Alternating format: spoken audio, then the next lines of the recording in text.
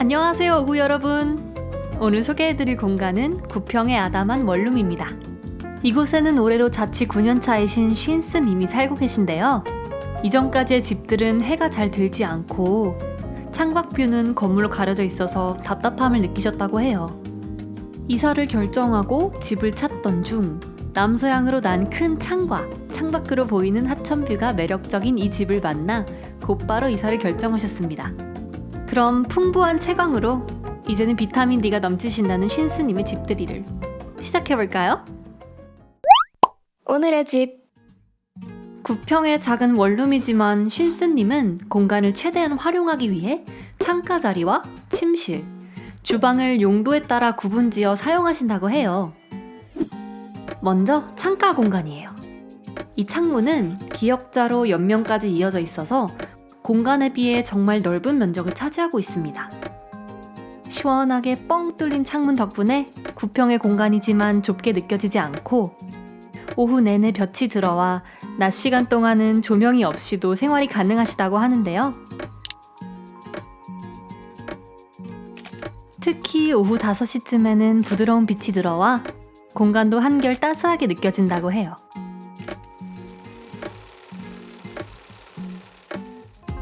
그렇게 시간에 따라 해의 위치가 바뀌어 가면서 집안 곳곳의 식물들도 차례차례 빛을 받는다고 합니다.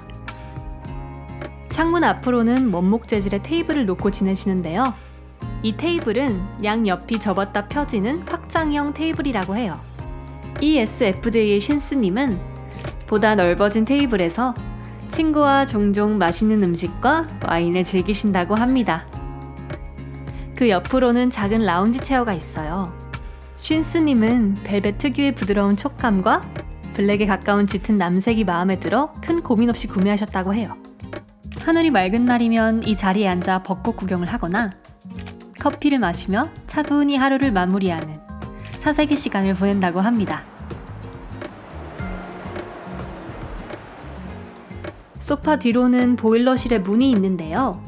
쉰스님은 공간과 어울리지 않는 회색문을 가리기 위해 압축봉을 설치하고 가리개 커튼을 걸어두셨어요.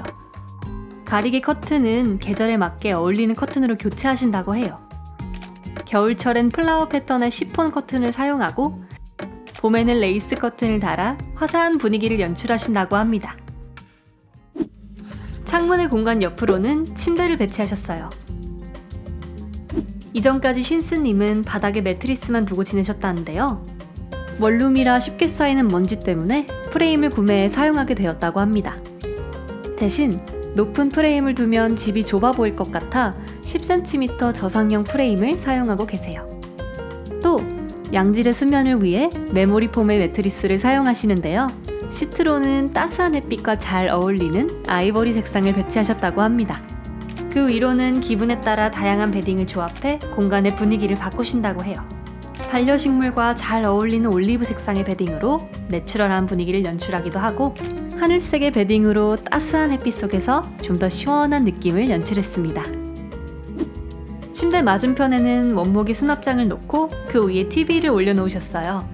이 수납장은 오랜 시간 쉰스님의 자취 생활을 함께 해온 가구라고 합니다. 사용하면 할수록 색이 바래는 부분과 생활 스크래치가 오히려 멋스럽게 느껴져 앞으로도 긴 시간 함께할 예정이라고 하는데요. 이 수납 공간엔 화장품을 넣어서 화장대로 사용하고 계세요. 수납장의 왼편에는 조잡한 콘센트와 전선을 가리기 위해 액자를 두셨어요.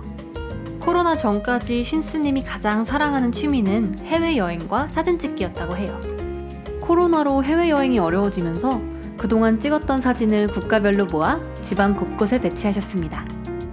작지만 다양한 색감의 사진들은 심심했을 흰 벽에 포인트가 되면서 좁은 공간이 이국적인 사진들과 함께 조금 더 다채롭게 느껴진다고 합니다.